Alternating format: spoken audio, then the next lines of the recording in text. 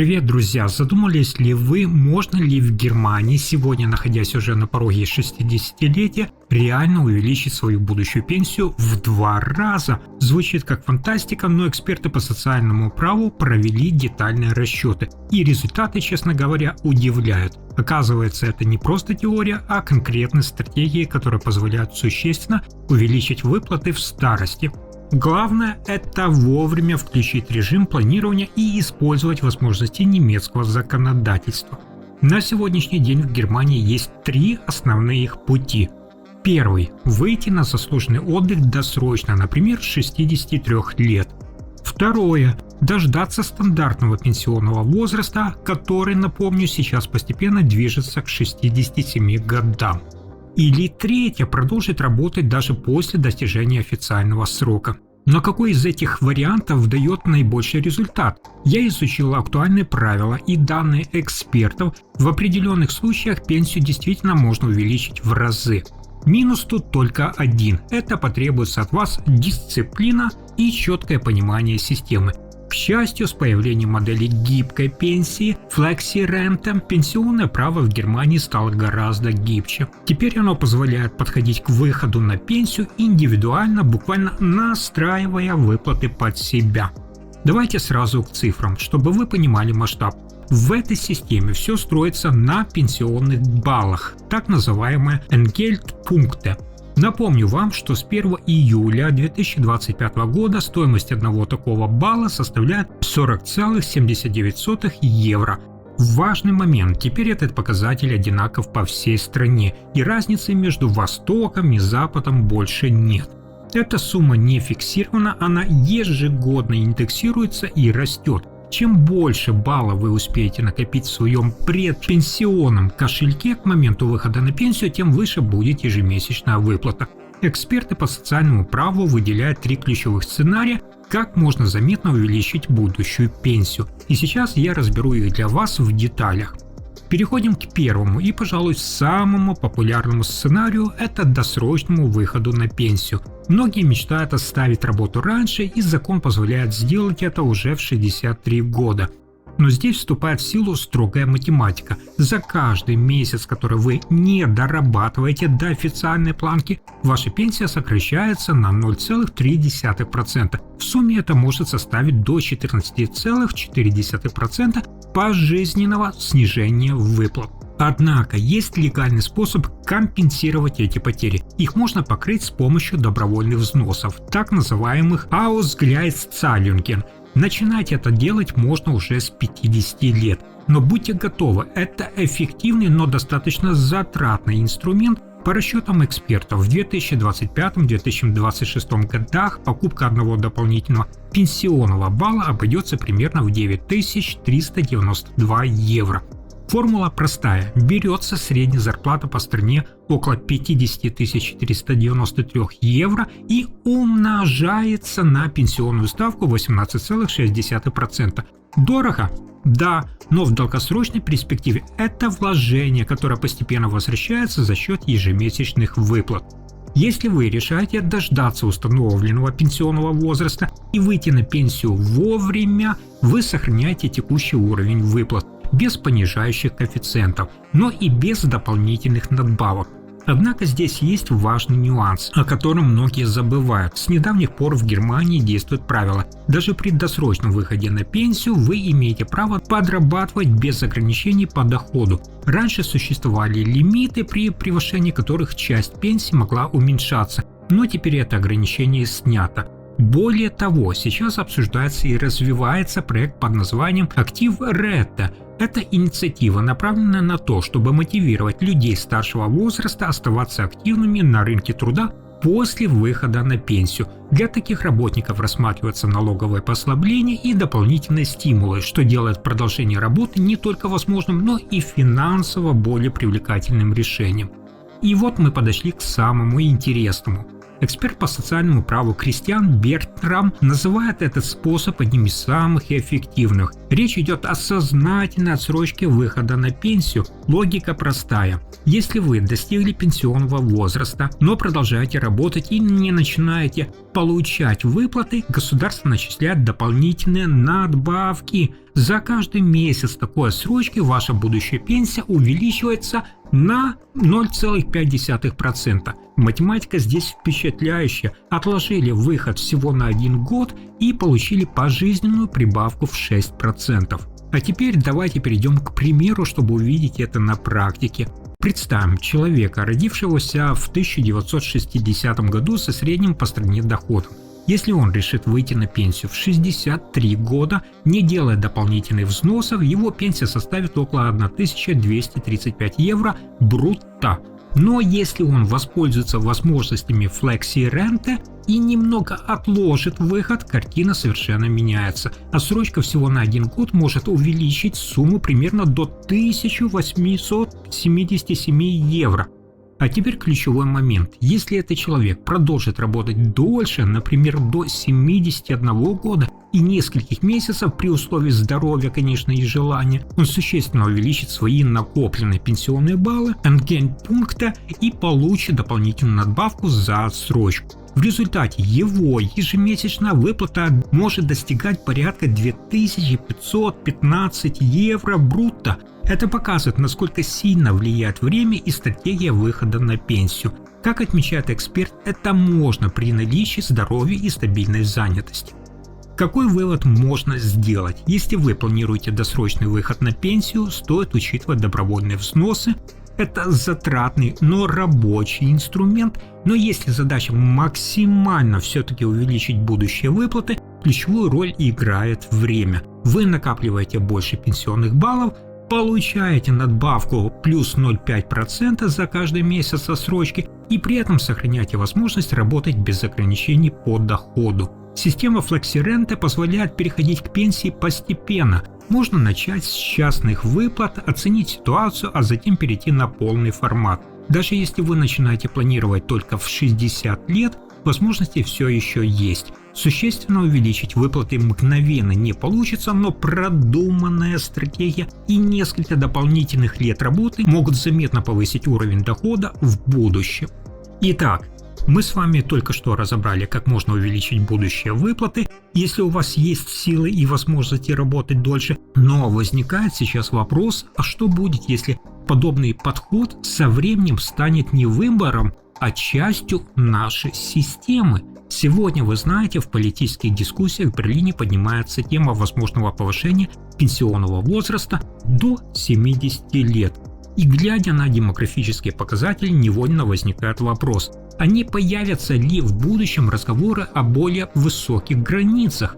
Давайте разберемся, почему эта тема вообще снова стала актуальной.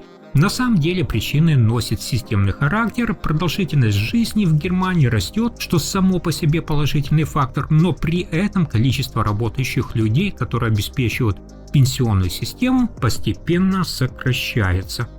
В результате нагрузка на одного работающего увеличивается. По оценкам специалистов, система испытывает серьезное давление. В 2025-2026 пенсионный возраст уже продолжает постепенно повышаться, но многие эксперты считают, что этого недостаточно. Чтобы пенсионные фонды оставались устойчивыми, экономисты обсуждают возможные меры, включая увеличение периода трудовой активности. Официальная цель сейчас – достижение уровня 67 лет к 2029 году. Однако правительство под руководством Фридриха Мерца дает понять, что текущих параметров может быть недостаточно. Ведется работа над тем, чтобы более продолжительная занятость стала привычной частью жизни. Кто поддерживает такие изменения? Одним из ключевых сторонников реформы выступает министр экономики Катарина Райхе. Она представляет партию ХДС-ЦДУ и занимает последовательную позицию. В своих заявлениях она подчеркивает, что баланс между временем работы и временем на пенсии в современных условиях требует пересмотра. По ее мнению, с учетом демографических изменений, более длительная трудовая активность становится одной из возможных моделей будущего. Идею увеличения трудового периода активно продвигает не только Министерство экономики. Даже сам канцлер Фридрих Мерц и генеральный секретарь ЦДУ ХДС Карстен Линнеман открыто заявляют, без повышения трудовой активности сохранить привычный уровень благосостояния будет сложно. По их мнению, это один из возможных способов снизить нагрузку на пенсионную систему. Интересно, что Германия здесь не предлагает принципиально какую-то новую модель, политики все чаще смотрят на опыт соседей, например, на Данию. Там уже утвержден план, согласно которому, напомню, к 2040 году пенсионный возраст может достичь 70 лет. В Берлине внимательно изучают этот пример, рассматривая планку в 70 как один из возможных ориентиров. Логика понятна. Если продолжительность жизни увеличивается, а люди остаются активными дольше, то и трудовой период может постепенно увеличиваться. Это своего рода такая плавная адаптация к новым условиям вместо резких изменений. При этом власти понимают, что у подобных решений есть какие-то границы. Обсуждение выхода на пенсию, например, в 75 или тем более в 80 лет, пока остаются лишь теоретическими сценариями и не рассматриваются как реальные меры. Такие предложения вызвали бы серьезную реакцию общества и профсоюзов, поэтому основной фокус сейчас именно на уровне около 70 лет. Давайте подытожим, какие же аргументы приводятся в пользу этой реформы. Во-первых, это поддержка устойчивости пенсионной системы. Чем дольше человек остается в трудовой активности, тем больше взносов поступает в систему и тем более сбалансированным становится ее финансирование. Во-вторых, это реакция на демографические изменения. Рождаемость снижается, продолжительность жизни растет, и существующая модель постепенно требует адаптации. И в-третьих, это поддержка рынка труда. В Германии ощущается, вы знаете, нехватка квалифицированных специалистов, и сохранение опытных сотрудников в системе даже на несколько дополнительных лет может оказать заметное влияние на экономику. Разумеется, у идеи увеличения трудового периода есть и обратная сторона, которая вызывает у многих людей сомнения и ощутимый дискомфорт. Давайте будем честны, одно дело работать в более спокойной или управленческой позиции, и совсем другое выполнять физически тяжелую работу, стоять, например, у конвейера, работать на стройке или выходить на ночные смены в больнице. Физическая нагрузка в разных профессиях сильно отличается, поэтому идея уравнять всех под один подход вызывает участие общества, конечно же, вопросы с точки зрения социальной справедливости. Особенно это касается поколения бэби-бумеров, то есть людей, которые долгие годы работали и рассчитывали на спокойный выход на пенсию, но теперь видят, что сроки постепенно сдвигаются. При этом здоровье после 65 лет становится менее предсказуемым, и для многих продолжение работы зависит уже не от желания, а от состояния самого организма.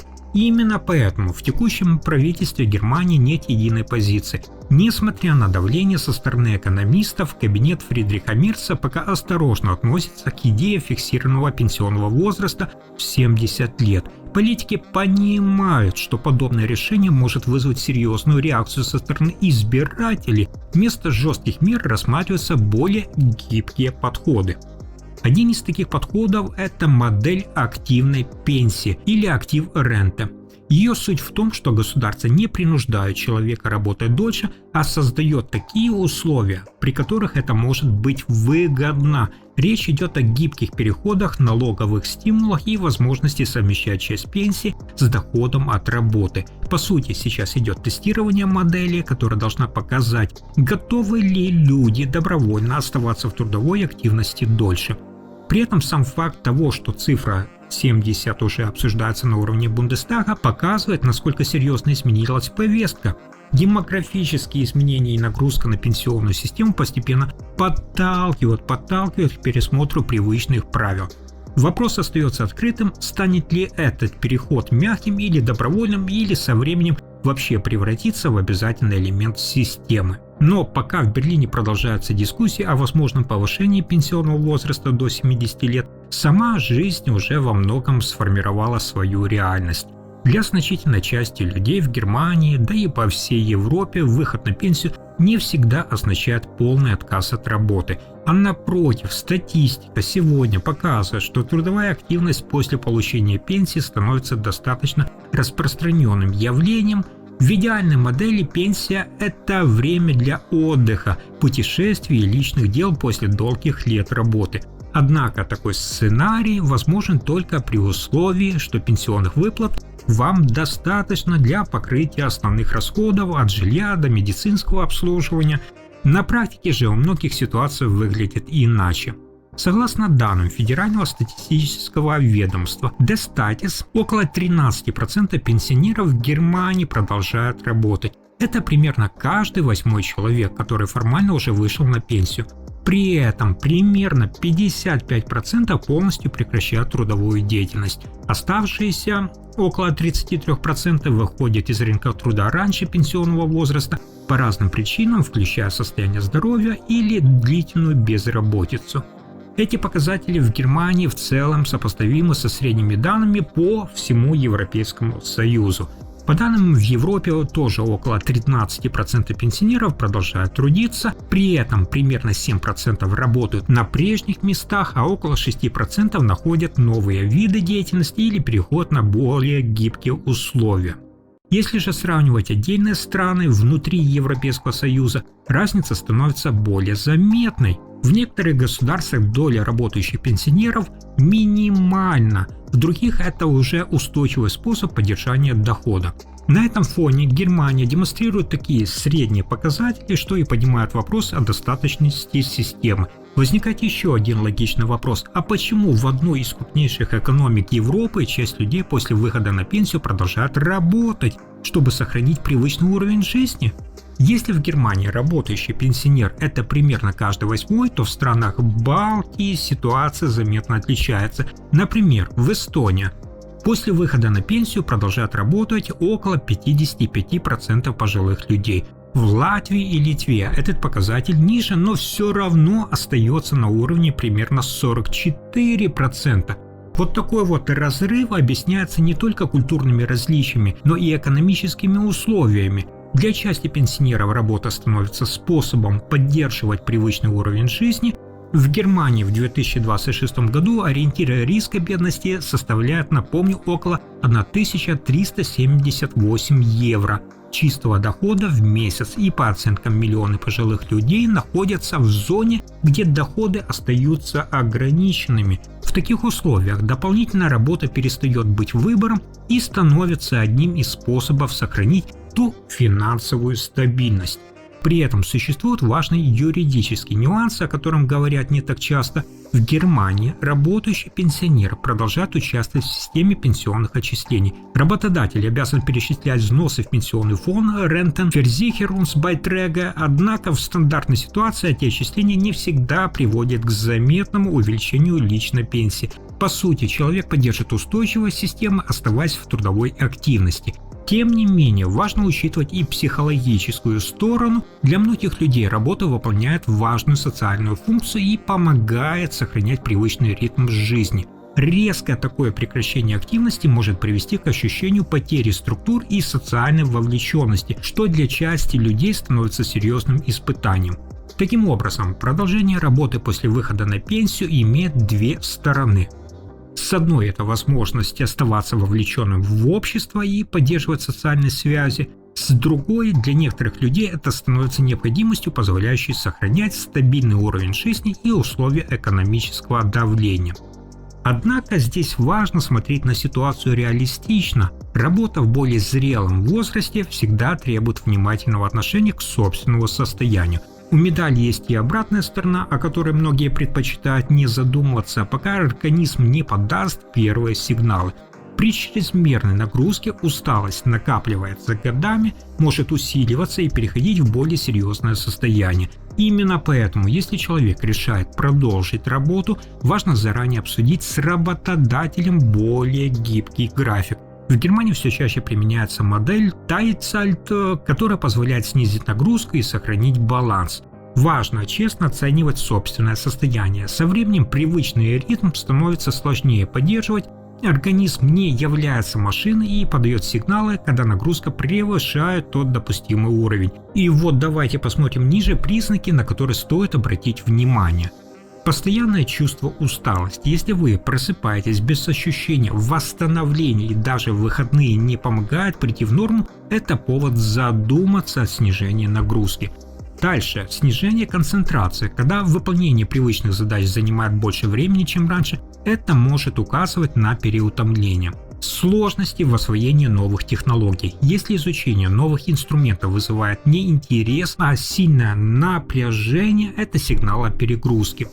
Негативная реакция на изменения. Если любые изменения на рабочем месте вызывают сильный дискомфорт, это может говорить о снижении адаптивных ресурсов. Подводя итог, можем с вами сказать, работа после выхода на пенсию может быть полезной и в финансовом, и в социальном плане, но только при условии разумного подхода к собственному состоянию.